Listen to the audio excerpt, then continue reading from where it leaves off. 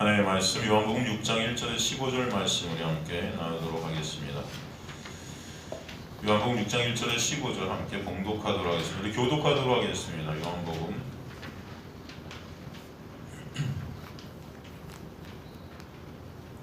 6장 1절에서 15절입니다. 요한복음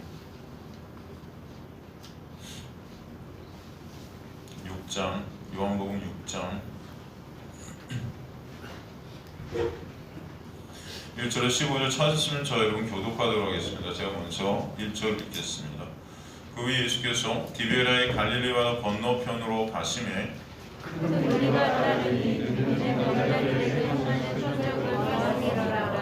예수께서 산에 오르사 제자들과 함께 거기에 앉으시니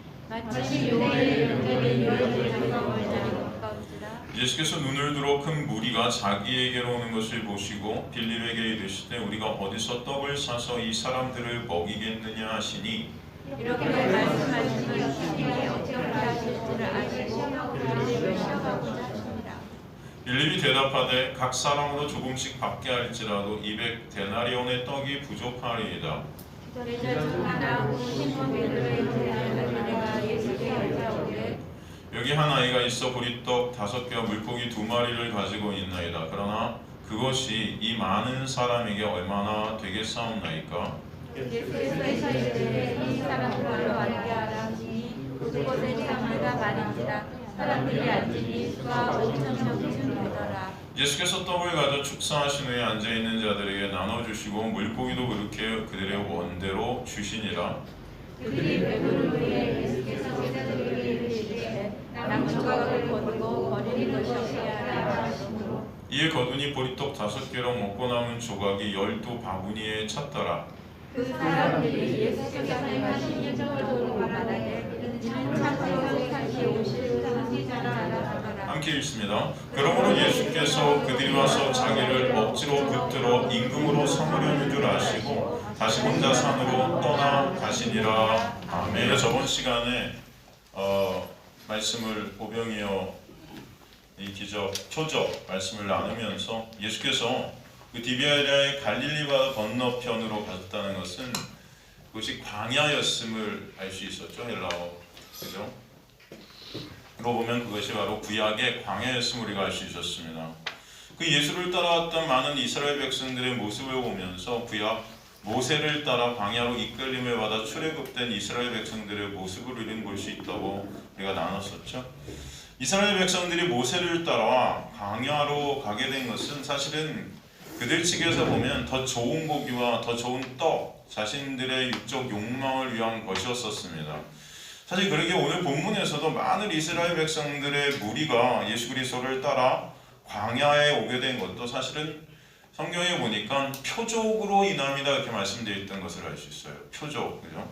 예수께서 그들에게 베풀어 주시는 기적, 그죠? 하지만 그 기적을 통해서 예수님은 분명히 십자가를 보여주시려고 했었던 거죠. 그런데 그들은 그것을 십자가를 보지 못하고 오직 자신들의 육적 유익, 소원, 육적 욕망을 위해서 예수님을 따랐던 것을 볼 수 있게 됩니다. 구약 그 이스라엘 백성들의 광야의 모습이 오늘 본문에 빌립과 안드레를 통해서 저번 주에 또 우리가 보게 되었었죠. 빌립과 안드레에게 주님께서 내주신 그 시험 문제를 통해서 빌립과 안드레가 그 시험을 통과하지 못하는 모습을 보게 돼요. 주님은 분명히 어디서 이 떡을 얻을 수 있겠나 했더니 그들은 어떻게를 갖다가 항상 생각하고 있었던 것을 보시지 않습니까? 그런 그들의 믿음 없는 불신앙의 모습이 사실은 구약 이스라엘 백성들의 모습이었고 또 저와 여러분의 모습임을 또 알 수 있다는 것이었습니다. 하나님의 놀라운 은혜를 만나를 통해 알게 하시려 함에도 그들은 그것을 그저 자신들의 유익, 자신들의 육을 위한 것으로 여기고 그 은혜의 본체이신 주님을 앞에 있음에도 불구하고 망각한 채 그저 원망, 불평, 불신의 모습을 갖다가 내보였던 것을 볼 수 있어요. 인간들은 모두 예수와 함께 있는 그 자체가 예수의 인도함을 받는 그 자체가 감사한 자들이 아니라 그 예수로부터 무엇인가 자신들이 원하는 것을 받아야 그 예수께 감사하는 자들이라는 것을 우리는 볼 수 있다는 거예요. 죄된 인간들은 눈이 멀어서 예수를 앞에 두고도 하나님이신 예수를 알지 못합니다. 출애굽 당시 12 정탐꾼들의 모습이 그런 모습 아닙니까? 가나안을 들어가서 살피고 오자 그들은 불신함과 불신의 어떤 모습을 갖다 나타나지 않습니까? 인간적인 눈으로 볼 땐 그들이 말하는 게 정답이었고 굉장히 상식적인 것이었어요. 그러나 그들의 답은 사실 하나님 보시기에는 불신앙이었던 것이죠. 그들의 문제가 뭐였었다고 그랬죠? 바로 참 하나님을 알지 못하는 문제였다는 거예요. 참 하나님이 누구신지 모르니까 그저 인간의 눈으로 보이는 것으로 평가하고 모든 것들을 판단하는 것을 볼 수 있습니다. 그래서 신앙이라는 것은 저번 주에도 우리가 살폈지만 뭐의 문제다? 알의 문제다 그랬어요. 알의 문제다. 여러분이 진정 참 하나님을 아는 것, 예수 그리스도를 아는 것이 그래서 성경에 보면 뭐라고 그럽니까? 그것을 영생이라고 하는 거예요. 영생은 유일하신 참 하나님과 그가 보내신 자 예수 그리스도를 어떻게 해요? 아는 것이다. 그렇게 말씀하고 있지 않습니까? 빌립보와 안드레도 예수를 모르기 때문에 자신들의 기준에서 어떻게를 스스로 이루려고 하는 것입니다. 주님은 그들의 모습에도 불구하고 주님은 주님을 그들에게 보여주시고 알게 하시기 위해서 그 시험을 던진 것을 알 수 있죠.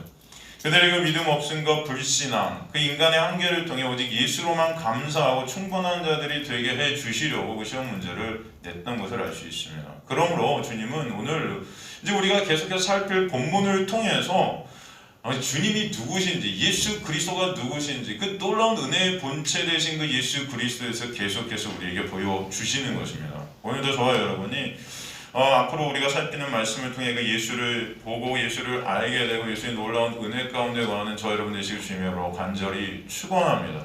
10절을 보면 예수께서 이르시되 이 사람들로 앉게 하라 하시니 그곳에 잔디가 많은지라 사람들이 앉으니 수가 5,000명쯤 되더라 말씀되어 있어요. 이 사람들로 앉게 하라에 포이에사테 아나페세이 이렇게 되어 있는데 이게 앉게 하라, 이 아나픽토라는 헬라어예요. 이게 사실은 그냥 앉는 게 아니고 기대는 것입니다. 뒤로 젖혀서 서로가 서로를 기대라 이런 뜻이에요. 이게 무슨 말입니까? 유대인들은 예전에 밥을 먹을 때 식사를 할 때 식사 자리에서 그냥 앉아 먹는 게 아니고 서로 기대 먹었었어요. 지금 이 말은 식사를 주님께서 대접해 주시겠다는 것입니다. 이해가 되시죠? 이 장면이 생각나는 게 시편 23편입니다. 제가 오늘 예배를 시작할 때 시편 23편을 읽어드렸잖아요. 여호와는 나의 목자시 내가 부족함이 없으리로다. 그가 나를 푸른 풀밭에 누이시며, 이 누인다는 게 뭐예요? 지금 여기 보면 아나핍토, 서로 기대서 눕게 하신다는 거. 이거 뭐예요? 식사, 양식을 허락해 주시겠다는 것입니다. 하늘의 양식. 그죠? 목자 되신 예수께서 이들을 불쌍히 여기셔서 놀라운 은혜로 그들의 불신에도 불구하고 그들의 원망, 불평, 그 육적인 예수, 그 육을 위한 예수를 따름에도 불구하고 그 믿음 없음에도 불구하고 주님은 그런 그들의 모습에도 불구하고 은혜로 그들을 살리려 하시는 주님의 놀라운 은혜의 모습을 우리에게 보여주시는 것입니다. 그래서 그들을 풀밭에 눕게 하셔서 양식을 허락해 주시는 거예요. 하나님의 은혜는 바로 이런 것이에요. 우리가 가지고 있는 어떤 믿음, 우리가 갖고 있다고 생각하고 착각하고 있는 어떤 노력, 의지, 그런 우리의 어떤 것과 상관없이 주님께서 부어주시는 복이 은혜라는 것이에요. 우리가 뭘 해서 은혜를 받은 게 아니고 뭘 해서 복을 받은 게 아니고 은혜, 복이라는 것은 우리의 무가치, 우리의 무능력에도 불구하고 우리가 할 수 있는 게 아무것도 없음에도 불구하고 하늘에서부터 값 없이 우리에게 부어주시는 그냥 선물이라는 거죠, 여러분. 바로 그것을 오병이의 기적을 통해서 오늘도 보여주시는 것입니다. 이들의 이 믿음 없음, 이들의 이 불신앙, 그죠? 사실 인간적인 눈으로 볼 때 이들은 양식을 얻을 수 없는 자들이 맞아요, 그죠? 시험이가 다 불합격했으니까. 그럼에도 불구하고 하나님은 그런 그들의 모습에도 불구하고 하늘로부터 양식을 그들에게 부어주시기를 원하시는 것입니다. 그리고 주님께서 원하시는 대로 이루시는 거예요. 이게 바로 은혜라는 것입니다. 은혜라는 것은 그 마땅히 받을 자격이 없음에도 불구하고 여러분에게 오게 된 게 은혜지 여러분이 마땅히 받을 자격이 난 있어서 부어주신 게 은혜가 아니에요, 여러분. 그것은 대가고 보상입니다. 기독교는 대가고 보상인 종교가 아니에요. 기독교의 전체는 은혜입니다. 세상 어디에도 없는 거예요. 여러분, 세상의 은혜는요 존재치 않습니다. 여러분. 우리는 선물을 받고 줄 때도 이것을 받고 주면서도 뭔가 보상을 기대해요. 내가 이거 줬으니까 뭘 받겠지 라는 어떤 것들을 기대하면서 살아가요. 그죠? 관계 속에서도 그래요. 다 그런 관계들이 적용되고 있어요. 내가 뭘 해줬으면 뭘 받아야 되는, 그죠? 다 그런 인간들의 모습. 이 세상 어디에도 은혜는 없습니다. 그러나 우리에게 오는 은혜, 하늘로부터 오는 은혜는 이 모든 것들을 다 거스리는 거예요, 여러분. 그 은혜를 진정 여러분이 아시길 간절히 소망합니다. 오늘도 그 은혜를 보여주시는 거예요. 주님께서 이 빌립과 안드레를 책망하셨습니까? 그들은 시험에서 다 떨어진 거예요, 지금. 주님께서 원하시는 답을 내지 못했어요. 책망하세요? 책망 안 하시죠? 왜요? 왜? 우리 전체는 다 이런 빌립과 안드레의 모습이라는 거예요, 여러분. 주님은 그거 아시는 거예요. 그럼에도 불구하고 주님께서 그런 우리에게 은혜를 베풀어 주셔서 은혜가 뭔지를 알게 해주시는 것입니다. 주님께서 원하시는 것은 여러분이 시험을 통과하는 게 아니고 그 은혜를 알기를 원하신다니까요. 그래서 여러분 확실히 아시길 간절히 소망합니다. 주님의 목적은 여러분의 시험에 통과해 있지 않아요. 우리는 시험을 통과할 수 있는 자들이에요, 없는 자들이에요? 없는 자들임을 아는 것이 주님의 목적이에요. 여러분이 시험을 통과할 수 없다는 것을 아시는 은혜가 여러분에게 있기를 간절히 소망합니다. 근데 그 시험을 다 누가 그래서 통과시켜 주신 거예요? 예수께서 다 받아내신 것이에요. 그 예수의 은혜를 알기를 원하시는 거예요. 그게 바로 하나님의 목적이다. 아시겠습니까? 그래서 오늘도 이들을 갖다 책망하지 않으세요. 이들의 시험에 불합격함에도 불구하고 주님께서는 주님의 원대로 그들을 불쌍히 여신 주님의 마음으로 인해서 이 양식을 허락해 주시는 것입니다. 그래서 구원이라는 것, 우리가 살 수 있는 이 생명을 얻을 수 있는 것은 우리의 힘과 노력, 우리의 어떤 믿음, 있음, 어떤 우리의 의지, 뭐 이런 어떤 인간에게서 나오는 것이 절대 아니라 주님 홀로 이루시는 놀라운 은혜임을 알게 해주시는 거예요. 그 구원하심 안에는 인간의 그 어떤 것도 보탬이 될 수 있다 없다? 없다는 것을 설명해 주시는 거예요. 그리고 지금 여기 모인 사람들의 수를 성경은 오늘 본문에서 기록하는데 몇 명이 모여 있다 그래요? 사람들이 앉으니 수가 5,000명쯤 되더라 그래요. 하필 5라는 숫자가 쓰이죠. 사실은 이 당시에 이 5,000이라는 건 당시 성인 남자의 수만 아마 따진 걸 거예요. 여자, 어린이까지 합하면 좋게 한 2만 명은 넘었을 것입니다. 사실은. 근데 5라는 수를 갖다 딱 기록해 놨단 말이죠. 이 5,000이라는 숫자에 5가 의미하는 바가 있어요, 여러분. 이 성경에는 모든 숫자의 의미들이 다 들어 있습니다. 제가 조금 이따 다시 한번 말씀드릴 텐데, 지금 오늘 이 오병이어도 5개 떡이 나오죠. 여기 5라는 숫자가 등장해요. 이 5라는 숫자가 의미하는 것은 먼저는 율법이에요. 모세, 오경이죠. 그죠? 10계명도 5개로 쪼개져 있어요. 그죠? 처음에 5개는 하나님 사랑, 뒤에 5개는 이웃에 대한, 우리 인간관계, 이웃 사랑에 대해서 나눠져 있는 것을 볼 수 있죠. 이 5라는 숫자에서 첫 번째는 율법을 의미해요. 그런데 그 율법이라는 게 궁극적으로 무엇을 가리키는 거예요? 바로 은혜의 본체 대신 예수를 보이는 거예요. 그래서 5라는 숫자는 또 은혜를 가리키기도 합니다. 결국 율법은 은혜를 보이기 위해 있는 거잖아요. 그죠? 그것을 갖다 우리에게 보여주죠. 하나님께서 이스라엘 가운데 주님의 은혜를 나타내 보여주시기 위해서 주신 회막이라는 게 있는데 이 회막도 5라는 숫자가 압도적으로 기록되어 있는 것을 알 수 있어요. 5라는 숫자는 4라는 숫자의 1이 보태진 것이에요. 성경의 4라는 숫자는 피조물을 뜻합니다. 사방이, 이 땅을 뜻해. 땅에 있는 기식하는 모든 피조물들. 거기에 1인 하나님의 숫자예요. 거기에 하나님의 은혜가 더해질 때 5라는 그런 숫자, 은혜의 숫자가 된다는 것을 우리가 설명해 주는 거죠. 그래서 피조물의 하나님의 손길, 하나님의 일하심이 보태질 때 하나님의 백성들이 되는 것이 바로 하나님의 은혜임을 이 5라는 숫자가 보여주신다는 것을 우리가 볼 수 있습니다. 그리고 11절에 보면 예수께서 떡을 가져 축사하신 후에 앉아있는 자들에게 나누시고 물고기도 그렇게 그들의 원대로 주시니라 되어 있죠.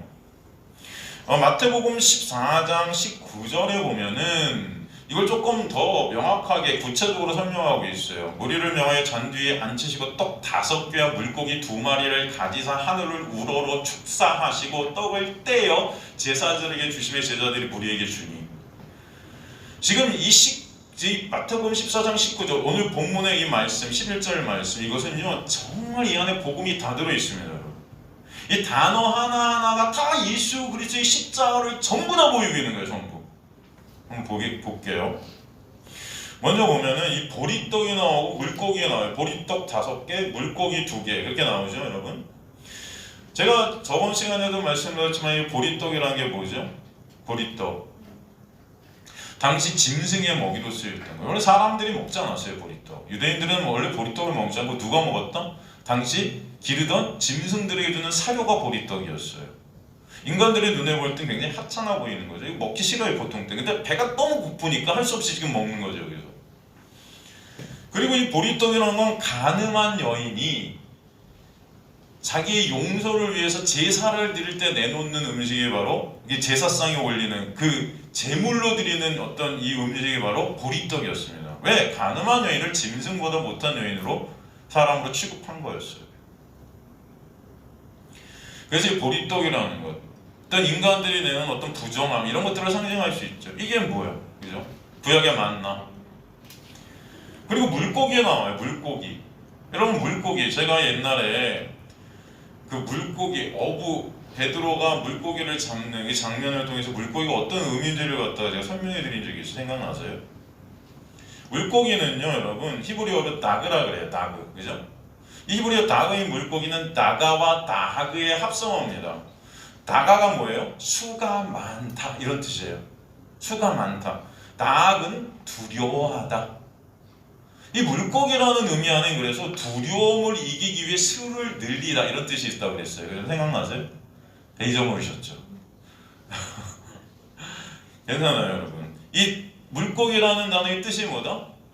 두려움을 이기기 위해서 수를 늘리다. 여러분, 이게 인간들의 어떤 본성이라는 것입니다. 사람들이 많이 모인 곳에 가면 두려움이 사라져요. 교회도 사람들이 많이 모여있으면 교회도 뭔가 든든해 보이지 않겠습니까, 여러분? 그죠? 자식들이 많으면 든든하죠, 집안에. 그죠? 그 자식들을 많이 낳고 싶어하는 우리의 욕망들이 있지 않습니까? 이 물고기를 갖다 난태생이라 그래요. 난태생. 아래서 깨어나는 거죠, 여러분? 근데 사실 히브리인들은 이 난태생을 부정한 것으로 여겼습니다. 사실은 근데 이 땅의 모든 것이 다 난태생이에요. 여러분 인간도 보면 제가 그랬어요. 포유류도 사실은 뭐예요? 엄마 뱃속에 양수에 쌓여 있잖아요. 어떻게 보면 이게 알 가운데 있는 것 똑같아요. 그러니까 이 세상의 모든 것들은 다 부정한 것이라는 것을 갖다 보여주는 거예요, 이 단어가. 그래서 성경에 보면 여러분 암탉이 알을 품어 생명을 낳게 하는 거죠. 알이 아예 그대로 있으면 죽음입니다, 그죠? 그 알을 갖다 품어서 다시 거듭나게 해줘야 되는 거. 이게 구원의 역사임을 갖다 예수께서 설명해 주시기 위해서 암탉이 알을 품었는데 그런 설명을 해주시는 거예요. 암탉이 알을 품어 생명을 내는 것, 그것을 히브리어로 라하프라고 그랬죠.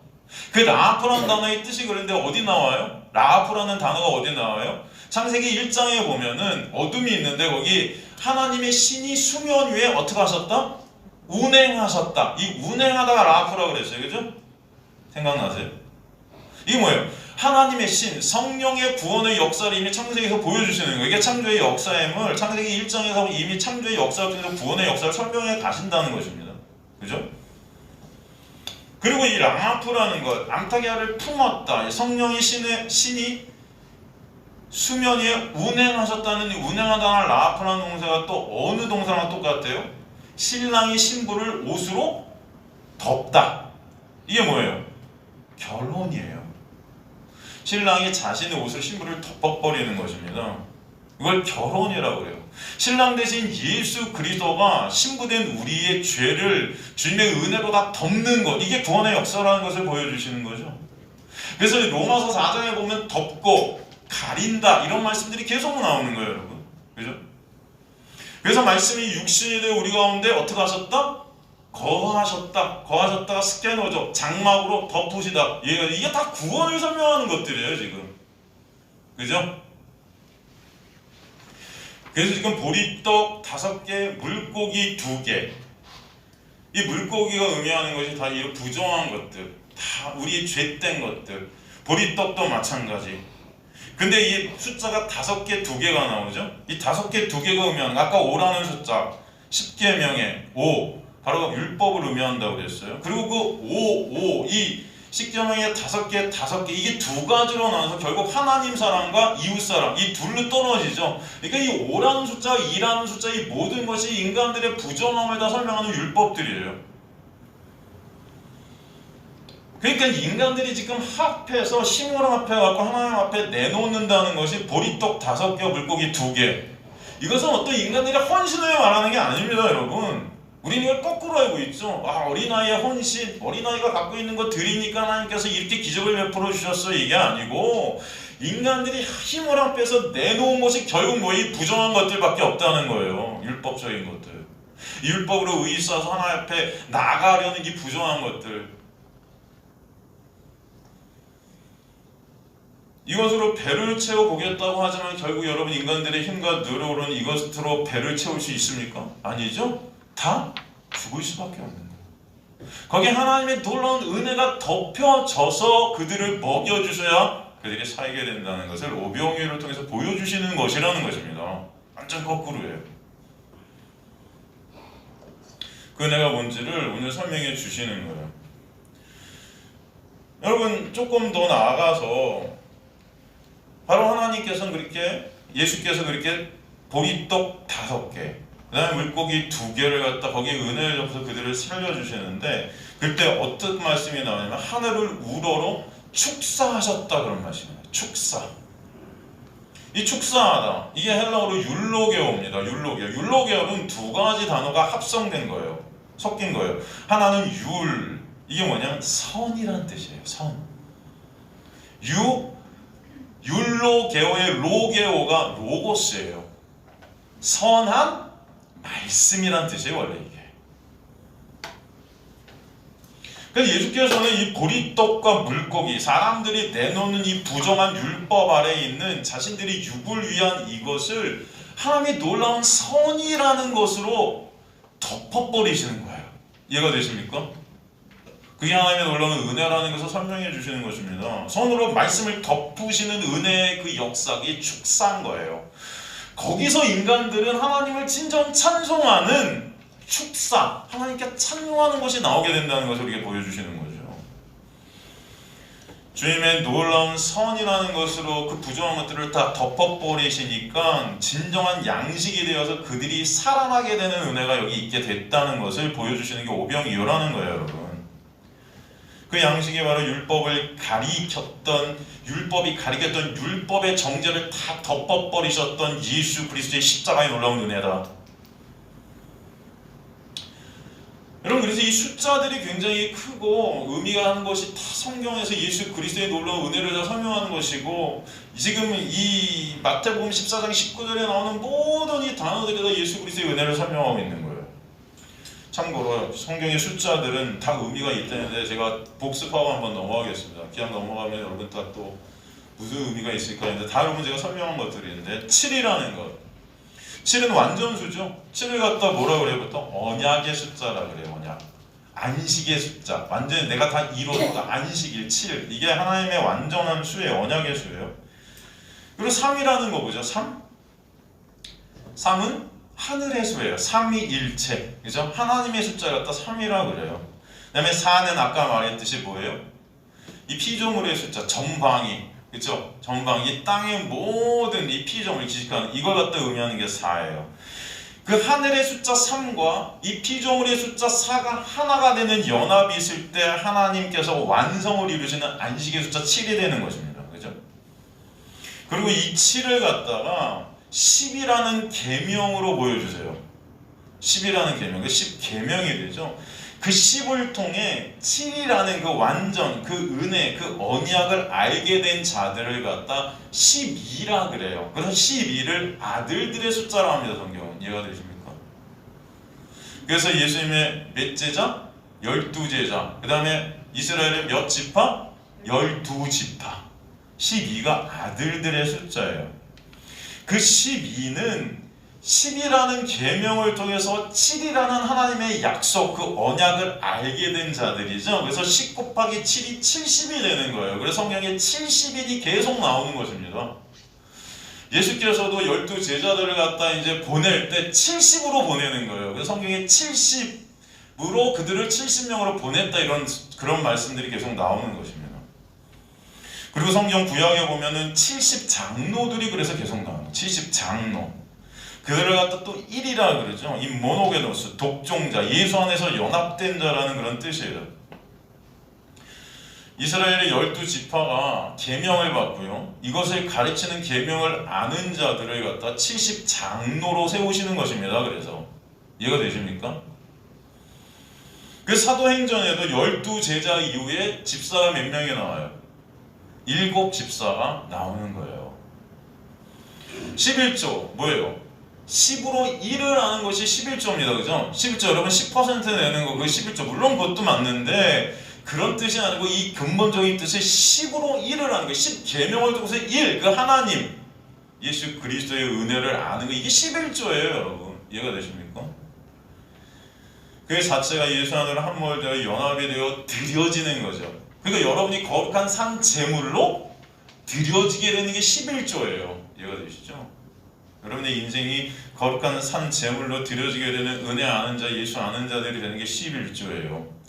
쓴물이 단물이 되는 마라 사건 아시잖아요. 마라의 쓴물, 그죠? 그 쓴물이 단물이 되는데 쓰는 나무가 십자가를 의미했었죠. 그래서 십자가에서 다 마라만 있는 거예요. 마라가 뭐예요? 신약의 마리아.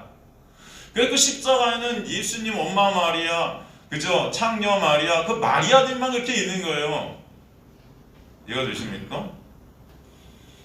그리고 그렇게 마라, 이 쓴물을 단물대하고 엘림으로 갈 때 거기 뭐가 나오죠? 12개의 우물과 70개의 종려나무가 나오는 거예요. 여러분. 이게 다 숫자들이 다 깨지고 있는 것입니다. 전부.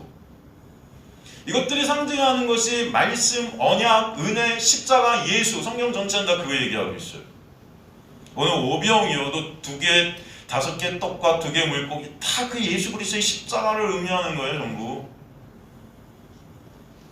다시 본문으로 더 가면 그것들을 갖다 주님께서 어떻게 하죠? 축사하시고 떼어 그렇게 말씀하시죠. 떼어, 떡을 떼셨다. 이 떼어라는 말씀도 마찬가지. 바로 예수 그리스도의 십자가를 의미하죠. 떡을 떼어의 클라우라는 헬라어는 쪼개다, 가르다예요. 그냥 떼는 게 아니고 떡을 쪼개버리고 갈라버리는 것입니다. 여러분. 마태복음 14장 19절에 떡을 떼어 제자들에게 주시고라는 표현, 사실 예수님과 제자들과의 초유의 만찬에 나오는 똑같은 헬라어로 똑같은 문장으로 되어 있습니다. 최후의 6월절 만찬에서 주님은 떡과 포도주를 제자들에게 나눠주시며 뭐라고 말씀하세요? 떡은 내 몸이고 포도주는 내 피라. 몸이 찢기고 보혈을 흘리셔서 죄로 몸이 찢겨야 될 우리가 살게 해주시는 그 십자가의 은혜를 설명해 주시는 거예요. 그런데 주님은 지금 오병이어의 표적 사건에서 이 최후의 6월절 만찬 때 떡을 나누시는 장면을 똑같이 재현해 주시는 것입니다. 바로 이 떡이 찢어져야 되는 그 떡이라는 거면 예수 그리스도의 십자가에서 이 몸이 찢어지는 예수 그리스도를 보여주시는 것입니다. 그 예수 그리스도가 바로 그 생명의 떡이라는 거죠. 그 떡을 떼어 나눠주시는 것이 의미하는 것은 바로 생명의 떡 대신 예수의 몸이 찢겨져 죽어야 될 당신의 백성들이 떡을 먹음으로 살게 해주시는 은혜. 그죠? 그 쪼개짐이라는 단어가 또 무엇이라고 그랬죠, 여러분? 할례라 그랬죠? 쪼개지다, 찢어지다, 할례. 여러분 할례 아시죠? 그 쪼개짐이라는 그 할례라는 단어에서 나오는 단어가 뭐가 있다고 그랬어요? 생각나시죠? 바라크, 복, 바레트, 약속. 이게 다 찢어지다라는 단어가 5원이에요. 그렇죠, 여러분? 다 그거 아시죠? 제가 한 200번을 말씀드렸는데, 아니 200번은 좀 너무했다. 여러분, 한 창세기에서 아브라함과 하나님과 첫 언약을 맺으실 때 동물들을 쪼개서 다 옆으로 나눠 버렸어요. 그죠? 소, 염소, 비둘기 이런 것들을 다 반으로 쪼개서, 옛날 고대 근동에서 어떤 사람과 당사자 둘이 약속을 딱 정할 때 동물들을 쪼개서 이렇게 밖으로 이게 나눠 놓고 그 사이를 지나갔단 말이에요. 지나갈 때 여러분 왜 지나갔죠? 누군가가 이 약속을 어기게 되면은 이 동물들과 같이 어떻게 돼요? 찢어진다는 거죠. 그죠? 그 하나님과 아브라함과 약속을 체결하실 때 이 동물들을 다 나눠놓고 지나가셨단 말이에요. 그런데 하나님 그때 어떻게 하셨죠? 아브라함을 잠재우시고 홀로 지나가셨죠. 왜? 하나님은 아셨던 거예요. 아브라함이 약속을 지킬 수 있는 자다 없는 자다. 없는 자다. 인간은 약속을 지킬 수가 없는 자다라는 걸 아세요. 그래서 하나님께서 잠재우시고 홀로 지나가셨어요. 아니나 다를까 창세기 16장에 가서 아브라함은 약속을 어깁니다. 그죠? 분명히 하나님의 약속을 기다려야 하는데 그걸 기다리지 못하고 스스로의 힘과 노력으로 하가를 통해서 이스마엘을 낳게 되는 약속을 깨요, 스스로가. 그러면 그 아브라함이 죽어야 되잖아요. 찢어져야 되잖아요. 근데 아브라함이 지나가자면 하나님 홀로 지나가셨기 때문에 그 약속을 아브라함이 깼지만 누가 받으시는 거예요? 하나님께서 받으시는 거죠. 하나님께서 이제 찢어지시는 거죠. 어디서? 십자가에서 예수로 찢어지시는 것입니다. 바로 여기서 떡을 뗀다는 말씀이 그 안에 다 들어있는 거죠. 그렇게 예수의 찢어지심은 그런데 우리의 살아남이죠. 그걸 바라크, 복이라고 그러는 거예요, 여러분. 그리고 십자가에서 예수께서 그 약속을 다 이루셨다. 테텔레스타에 내가 전부 이뤘다 하시는 거예요. 그건 뭐예요? 약속의 이루심. 거기서 약속이라는 단어, 마리트가 나오는 것입니다. 그래서 찢어지다라는 이 바라라는 이 할례라는 이 찢어지다는 것이 할례, 약속, 복 다 똑같은 어원이에요. 다 누구 설명해 주시는 거예요? 예수 그리스도의 은혜를 설명해 주시는 것이죠.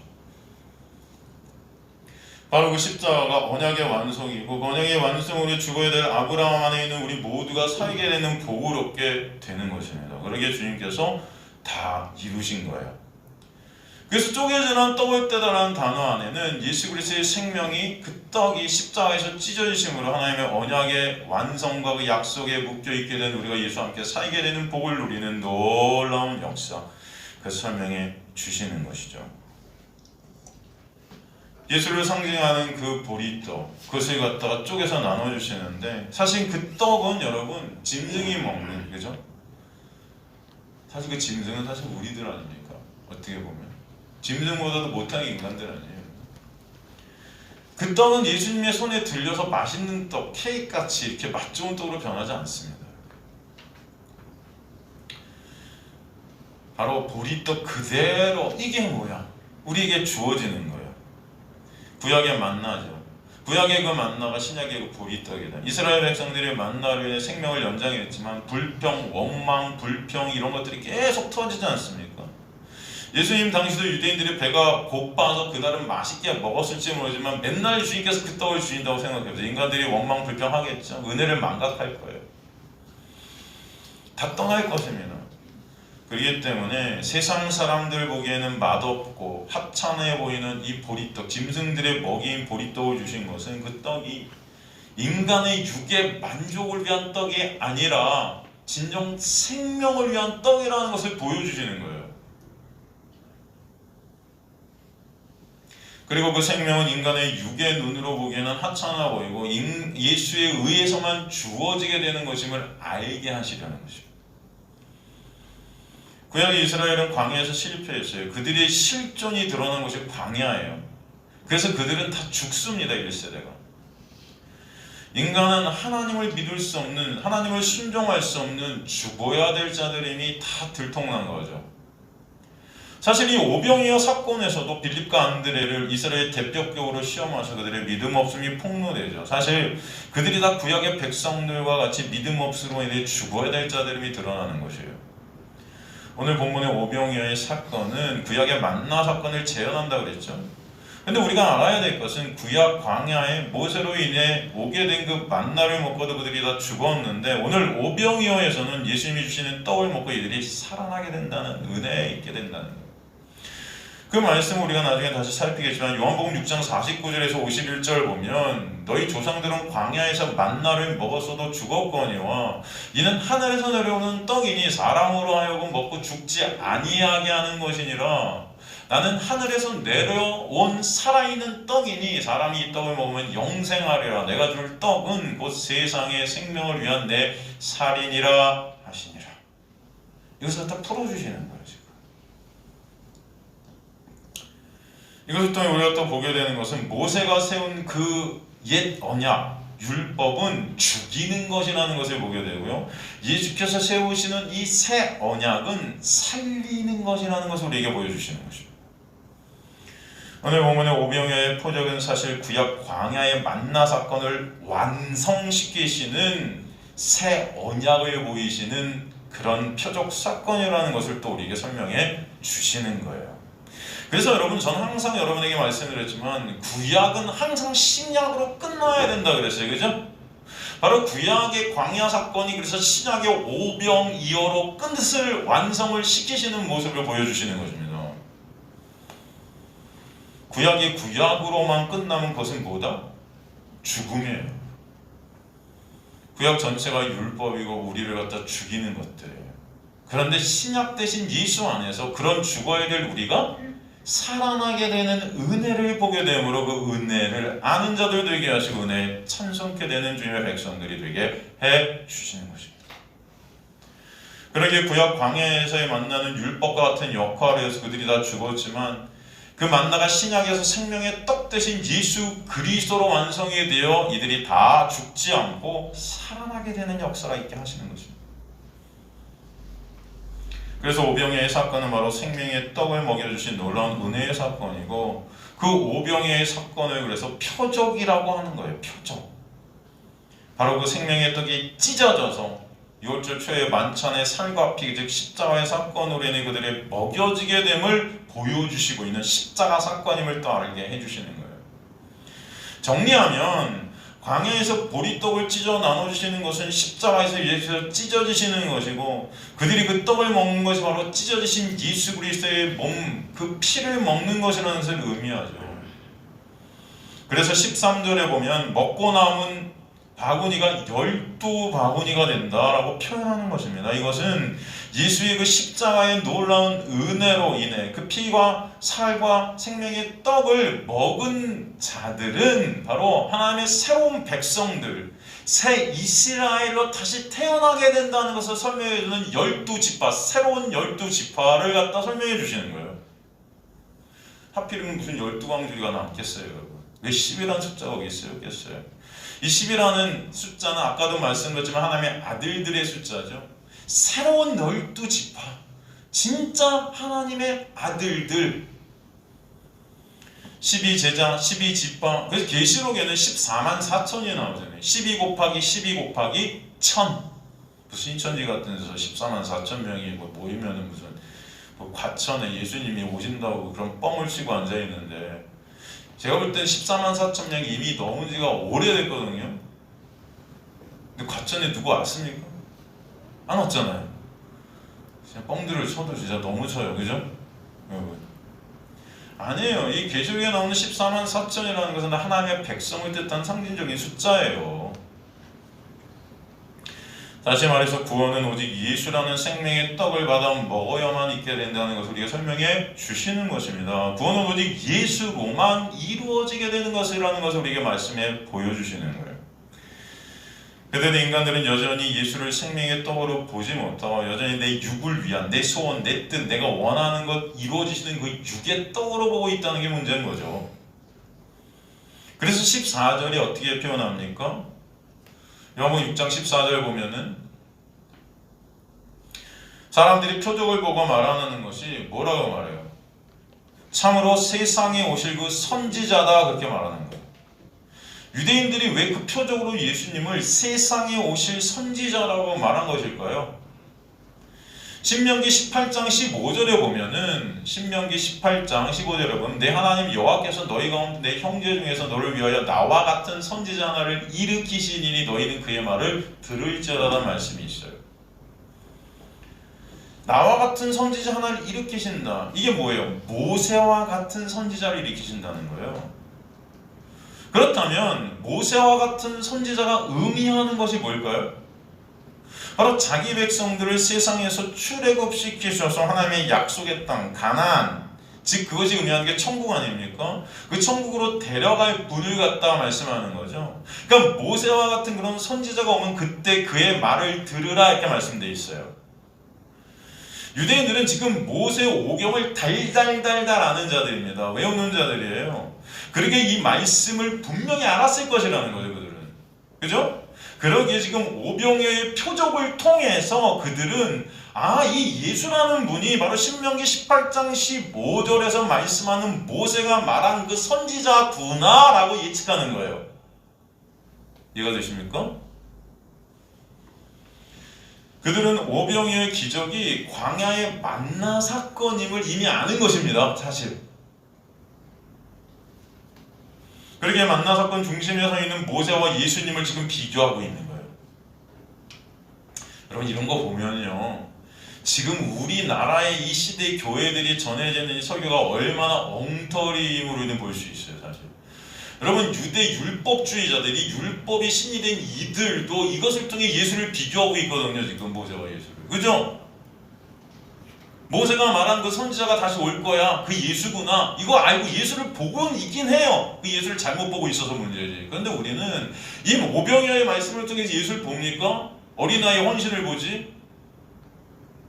그러니까 이게 너무나도 말도 안 되는 설교들이 행해지고 있는 거예요.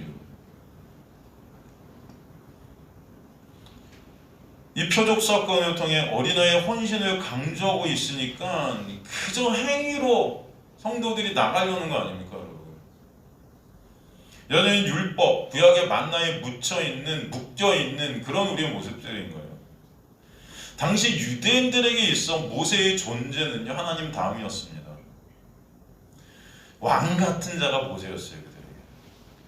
즉 인간 세계에 있어서는 그 모세가 진정 그들에게 왕 같은 존재이기 때문에 지금 모세와 비교당하고 있는 그 예수, 모세와 같은 분이 이분일 거야 라고 생각하는 그 오병이어 현장에서의 그 예수를 그 모세와 같은 왕으로 보기 시작하는 거예요.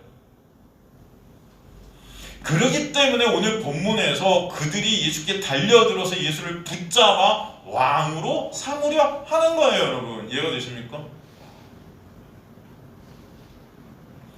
그러나 예수님은 오히려 그런 그들을 피해 혼자 산으로 떠나시죠. 왜요? 유대인들이 생각하는 진정한 메시아관이 잘못되었기 때문입니다. 그들이 모시고 싶은 그 메시아는 성경이 말씀하는 메시아가 아니었거든요. 예수를 보긴 보는데 그 예수를 잘못 보고 있는 거예요. 그들이 생각하는 메시아는 정치적 군사적 메시아였어요. 그죠?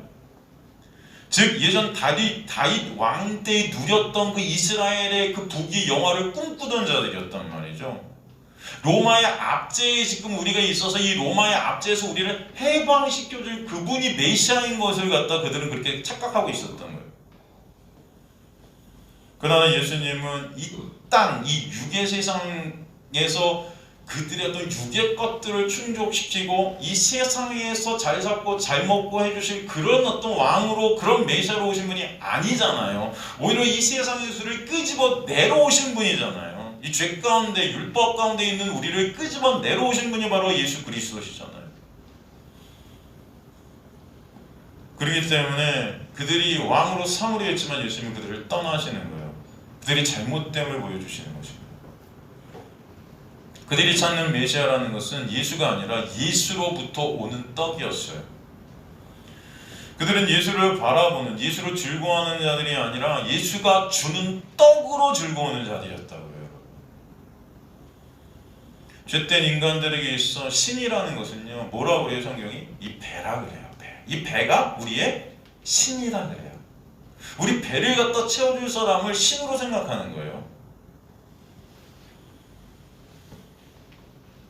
그러니까 떡을 주지 않는 예수는 그들에게 사실 필요 없는 거죠. 그래서 예수께서 나중에 십자가로 가시기 위해서 기적을 다 안 일으키시자 그 예수를 십자가로 죽여도 상관없는 자들이 되는 것입니다. 십자가에 못 박아라는 거예요.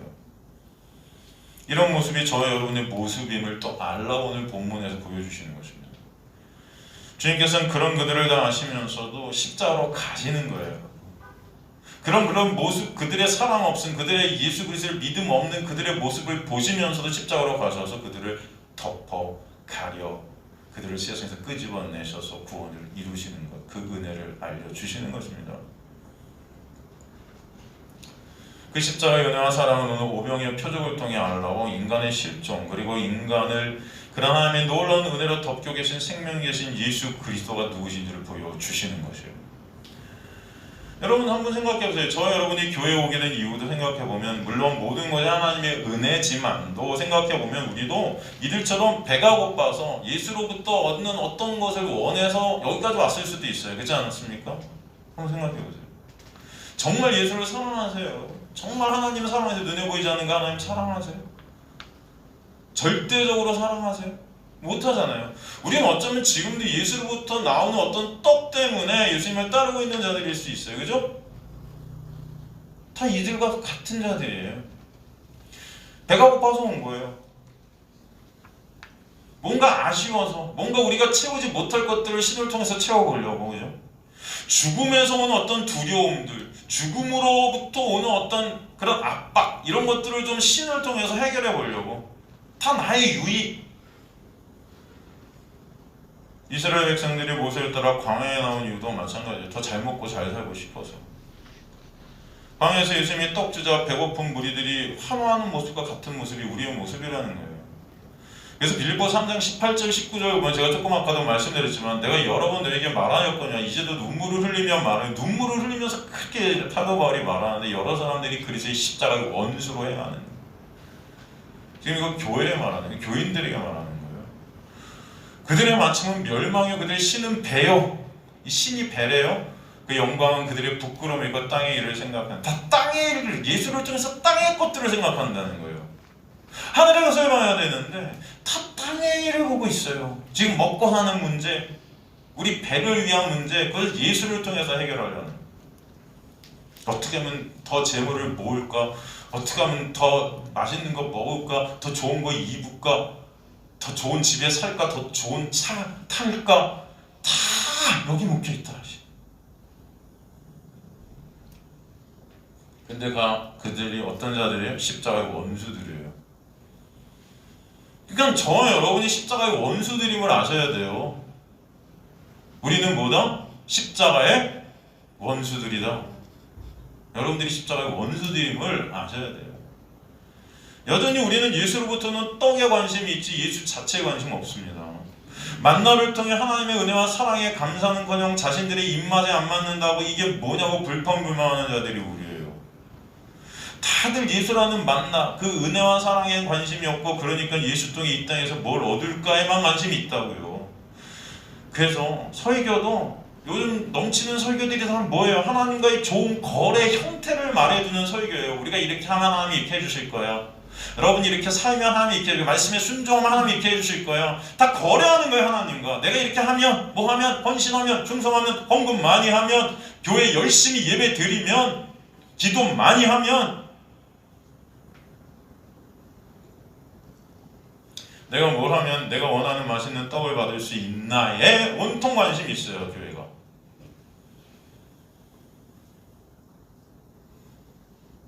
근데 이 교회라는 이 광야는요 온통 하늘의 것들로만 살아가는 것이거든요.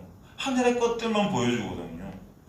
오늘도 저와 여러분 이 말씀을 통해서 우리가 예수 얘기를 나누고 있어요. 그럼 여러분 어떤 생각이 나요? 오늘도 또 예수, 오늘도 또 십자가. 우리가 삶에 있어서 좀 유용한 것도 목사님이 말씀해 주시지. 어떻게 하면 하나님 통해서 우리가 이 땅에서 좀 잘 먹고 잘 살까 좀 말씀해 주시고 그리고 여기에 진짜 사람들 많을 거예요. 그죠? 근데 오늘도 또 이 만나 같은 이 하찮아 보이는 이 보리떡 같은 그 예수? 배고플 때는 괜찮은 것 같아. 은혜야. 처음에는 은혜였어. 근데 시간이 지나가면서 오늘도 예수, 내일도 예수, 십자가, 오늘도 십자가. 이게 이제 하찮게 생각해. 하찮게. 다 알아 나 예수. 여러분 예수 아세요? 그럼에도 여러분 오늘도 주님께서는 성령께서는 여러분 안에 그 예수를 또 새기시는 것입니다. 이게 하나님의 생명의 역사임을 여러분 잊지 마세요. 나중에 하나님 앞에 서실 거라. 우리가 그렇게 하찮게 여기던 그 예수, 그 보리떡 같은 그 만나 같은 예수, 매주 듣던 그 예수, 우리는 그분을 거절하고 이게 뭐야 불평 원망불명 했는데도 주님은 그 예수로 인해서 그 말씀으로 인해서 우리 가운데 새겨놓으시고 생명을 얻게 해줬구나. 여러분 나중에 그 은혜 때문에 감사하는 자들이 되게 하실 줄 믿습니다.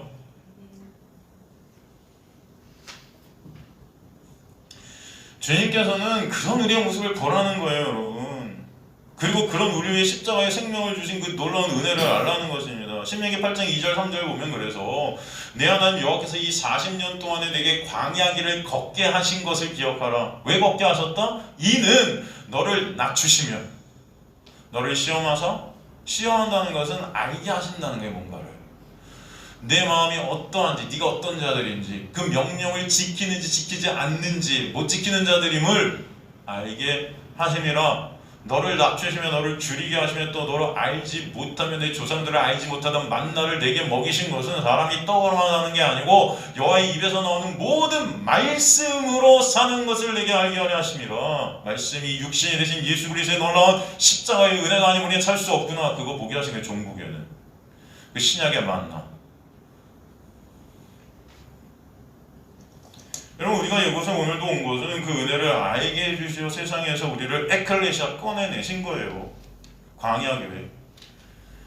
여러분, 진정 하나님께서 여러분에게 바라시는 신앙생활은 하나님 말씀에 순종하라가 아닙니다.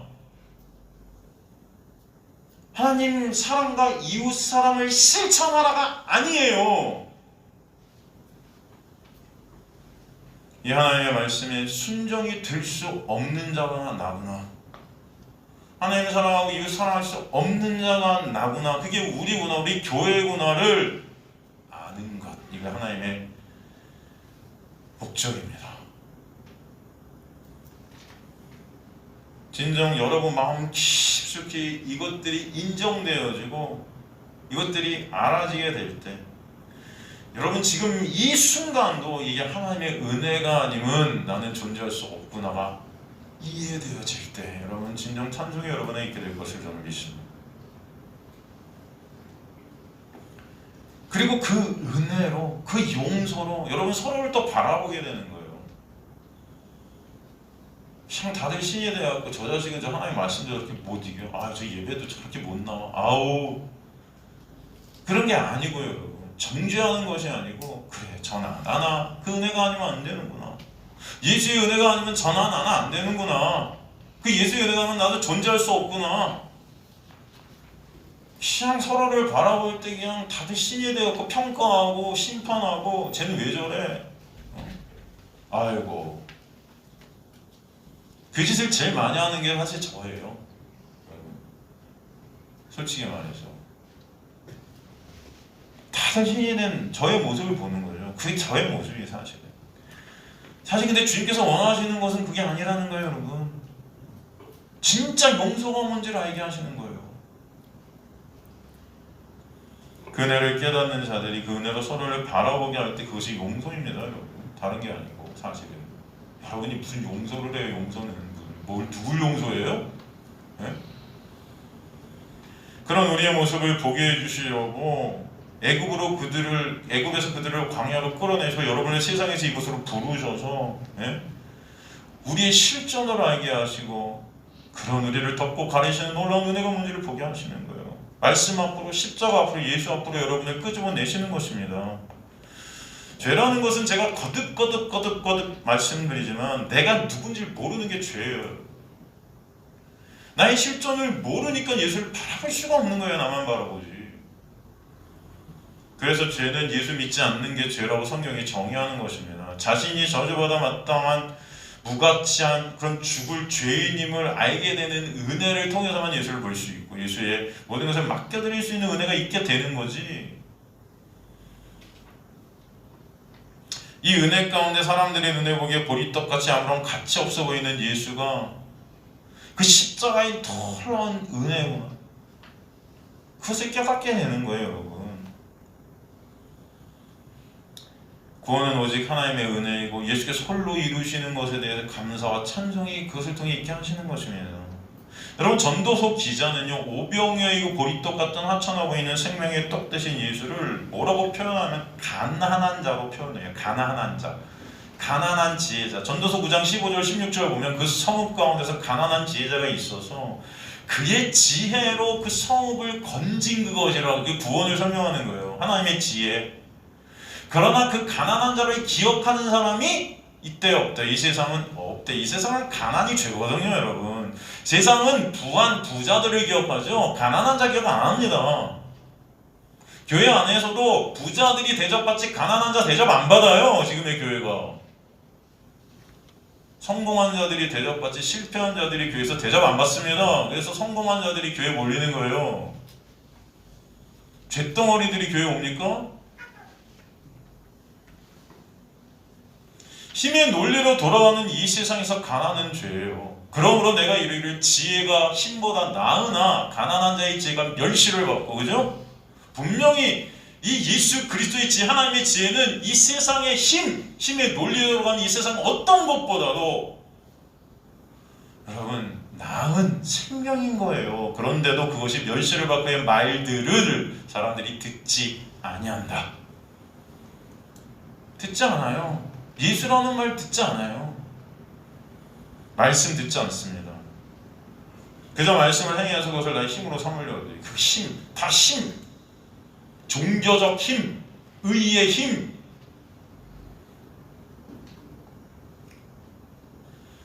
그러게 주님은 이 땅에 힘을 가지고 오시지 않으셨어요. 그걸 아셔야 돼요. 무슨 벤치 타고 오시지 않았다고요, 이 땅에. 여러분 사람들이 그런 거, 저 사람 왕이야 했겠죠. 보리떡 같은 모습으로, 사마리아인 같은 모습으로, 가난한 자의 모습으로 오셔서 멸시, 천재, 무시, 조롱을 다 받으신 거예요. 인간들은 분명히 생각해요. 저 가난한 목수? 저 빈민촌에서 나온 저 성경 하나도 모르는 일자무식 저 목수가 무슨 구원이야? 무슨 그 구원이 저에게 있어? 말도 안 돼. 무슨 복음이 이 조그만 교회에서 무슨 복음이 전해져? 진짜 진리는 큰 교회 가야지. 사람들이 많이 모이고 힘이 있고 돈도 많고 떵떵거리는 교회, 그런 목사가 진짜지. 사람들 몇 명 앉혀놓고 전하는 저 설교가 무슨 설교야? 이단 아니야 저거? 여러분 그렇게 생각할 수 있어요. 아닐 것 같아요? 저는 목회하면서 그거 맨날 느끼는데요. 말들은 무슨 뭐 작은 교회 뭐 거기 진리가 선포돼 우리 목사 웃기지 마세요 여러분. 다 큰 교회 목사들 앞에 가면 쩔쩔매요 사람들이. 그 힘, 이 힘 앞에 다 무릎 꿇습니다 인간들은.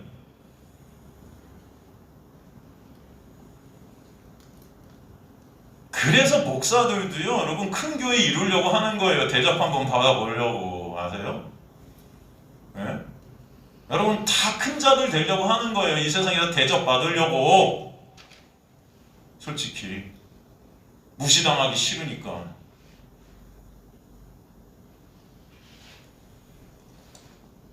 예수님도 그래서 이 땅에 왕이시고 진짜 하나님이신데도 오셔갖고 이런 멸시천대 무시를 다 받으신 거예요. 그런 주님에게 구원은 있을 수 없어. 이게 상식적인 거죠. 그래서 주님이 그렇게 오셔서 우리를 구원해 주신 것이 은혜인 겁니다 여러분. 할렐루야. 그것이 진짜 깨닫는 자들은 하나님의 놀라운 은혜가 아니면 안 된다는 것을 보여주시는 거예요. 너무 감사하지 않습니까? 제가 이렇게 열변을 토하는 것은 여러분 인간들은 그것을 할 수가 없어요. 인간들의 논리 가운데는 그 구원이라는 것은 있을 수가 없어요. 고린도서 1장 18절 보면 십자가의 도가 멸망하는 자들에게는 미련한 것이요 구원을 받는 우리에게는 하나님의 능력이라. 기록된 바 내가 지혜 있는 자들의 지혜를 멸하고 총명한 자들의 총명을 폐하려 하였으니 지혜 있는 자가 어디 있느냐 선비가 어디 있느냐 이 시대 변론자가 어디 있느냐. 하나님께서 이 세상의 지혜를 미련하게 하신 것이 아니냐. 하나님의 지혜에 있어서는 이 세상이 자기 지혜로 하나님을 알지 못함으로 하나님께서 전도에 미련한 것을 믿는 자들을 구원하시기를 기뻐하셨도다. 유대인은 표적을 구하고 헬라는 지혜를 구하나 우리는 십자가에 못 박힌 그리스도를 전하니 유대인에게는 거리끼는 것이 이방인에게는 미련한 것이로되 저와 여러분에게는 생명이고 이것이 진정한 지혜임을 믿습니다.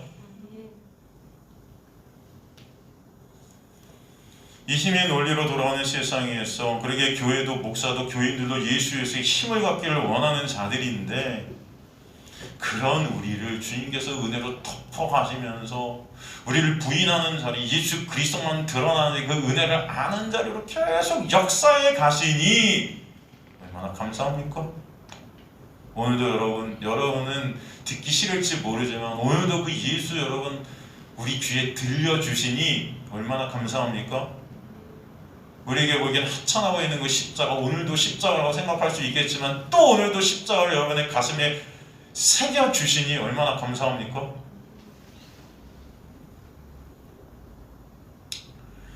구원은 오직 그래서 하나님의 은혜임을 알게 주시는 거예요. 가난한 예수는 이 세상 아무도 믿으려 하지 않습니다. 그래서 이 세상은 다 믿음 없는 자들인 거예요. 아담과 하는 에덴에서 화려해 보이고 멋져 보이는 선악과를 먹지 생명나무 먹지 않습니다. 죄가 지금도 흘러서 교회도 멋져 보이고 화려해 보이고 웅장해 보이고 그런 것으로 믿음을 증명하라는 자들이 바로 은혜 밖에 있는 우리의 모습인 거예요. 율법주의 교회, 은사주의, 인본주의 교회들이 그런 것들로 인간들을 묶고 힘을 키우려고 하죠. 그것들로 하나님께 영광을 올린다고 뻥을 치고 있죠. 주님께서 보이시는 생명의 역사는 그 반대예요. 초라해 보이고 먹을 수 없을 것 같은 보리떡이 생명의 떡임을 알게 해주시는 거예요. 성경에 나오는 구원을 설명하는 모든 식물, 모든 나무들이 그래서 다 초라해 보여요, 여러분. 포도나무, 그죠? 여러분 포도나무 보신 적 있으세요? 진짜 초라해 보여요. 이게 생명이 있는 거야? 저는 직접 포도 농사를 했었어요. 잠깐이지만. 거봉, 여러분. 그 농사에서 저 요 근처 송파의 무슨 가락시장 거기다 막 납품을 했었는데 이만한, 근데 그 열매를 보면요 매치가 안 돼요, 포도나무랑. 무슨 말이에요? 이 거봉들이 따갖고 딱 그 포도송이가 딱 잠겨져 있는데 그걸 딱 보면 이게 여기서 나온 거라는 게 매치가 안 돼요. 포도나무 자체는 거의 죽은 것 같은 느낌이에요.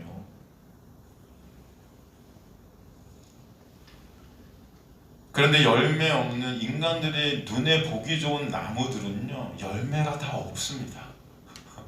이해가 되세요? 이렇게 멋져 보이는 저런 나무들에는 열매가 안 맺혀요. 여러분 이 세상 모든 것들을 통해서 하나님은 구원을 설명해 주시는 거예요. 생명은 절대 훌륭해 보이고 멋져 보이고 강해 보이고 힘 있어 보이는 아스팔트 같은 곳에 나오지 않습니다. 생명이라는 것은 더러워 보이고 냄새나고 절대 가치 없어 보이는 거름더미 같은 곳에서 터져 나오는 게 생명임을 아시길 간절히 소망합니다, 여러분. 그래서 2000년 기독교 역사상 예수 그리스도의 이름이 가장 전해졌던 때는 가장 그들이 약했던 노예들이었던, 기독교 역사상 가장 진짜 힘이 없었던, 연약해 보이고 초라해 보였던 초기 기독교, 박해받고 핍박받고 사람들의 무시와 멸시와 천대 속에서 그 예수 그리스도만 드러났던 것이에요. 지금 잘 살잖아요. 멋지잖아요. 다들 교회들 떵떵거리고. 어디 생명이 있습니까, 여러분?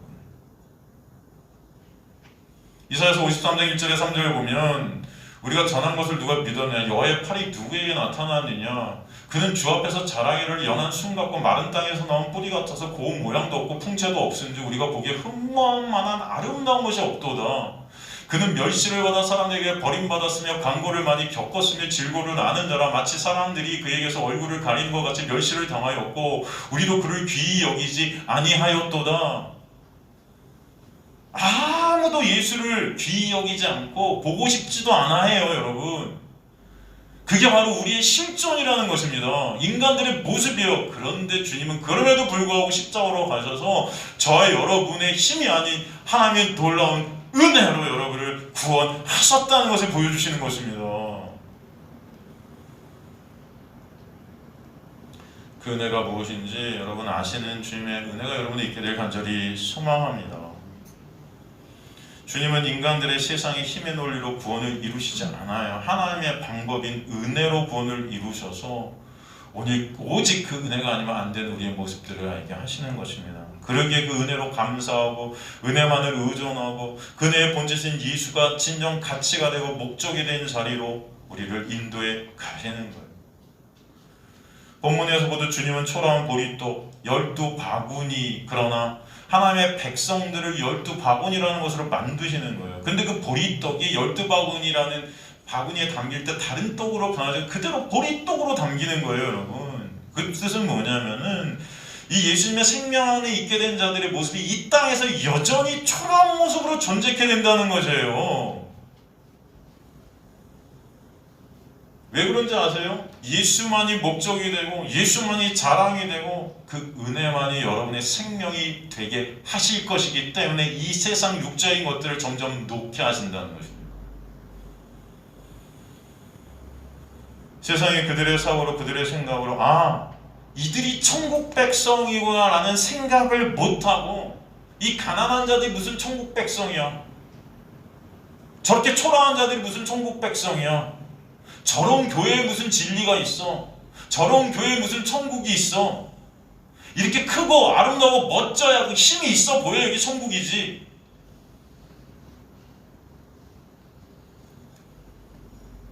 그러나 진정 하나님의 은혜가 거기 임할 때 그리스도는 이 땅의 육적인 것들이 삭제되어지고 오직 예수 그리스도만 자랑되는 자리로 여러분을 이끌어 가시는 은혜가 있게 하시는 거예요. 그래서 그렇게 여러분을 초라하게 놔두시는 것입니다. 예수만 목적이 된 자들. 예수 안에 그늘 아는 성도들이 추구하는 것은 이제 이 세상의 것들이 아닌 것들이 되게 하시기 때문에 여전히 여러분은 힘없어 보일 거예요. 초라해 보일 것입니다. 여러분들이 진짜 돈을 추구하고 이 세상 것들을 추구한다면 그렇게 안 있겠죠. 저도 알아요. 돈 벌겠죠. 그러나 이제 이 세상 것들이 아닌 세상의 화려함과 웅장함, 훌륭함이 있는 것이 아니라 예수님의 보혈과 예수님의 십자가의 은혜에 여러분의 모든 목적이 가게 하시는 거예요. 그렇게 보리떡 대신 예수를 알아가는 그 예수가 소원케 되는 자들이 되게 하시지, 예수 이용해서 그 예수께로 나오는 떡이 소원이 되는 자들이 되지 않게 하시는 것입니다. 저 여러분이 그 은혜를 알면 알수록 여러 자랑 중에서 십자가도 자랑이 되는 것이 아니라 예수의 은혜를 알면 알수록 여러 자랑 중에서 여러분이 자랑할 것들이 있잖아요. 내 능력, 내 가치, 내가 번 돈, 재산, 나의 어떤 사회적 지위, 다 이런 자랑들이잖아요. 그런 자랑 중에서 이제 십자가도 자랑이 되는 게 아니고 그 모든 것들은 삭제되어지고 오직 예수 그리스도의 십자가만 자랑되는 자들로 하나님께서 인도해 가시는 거예요.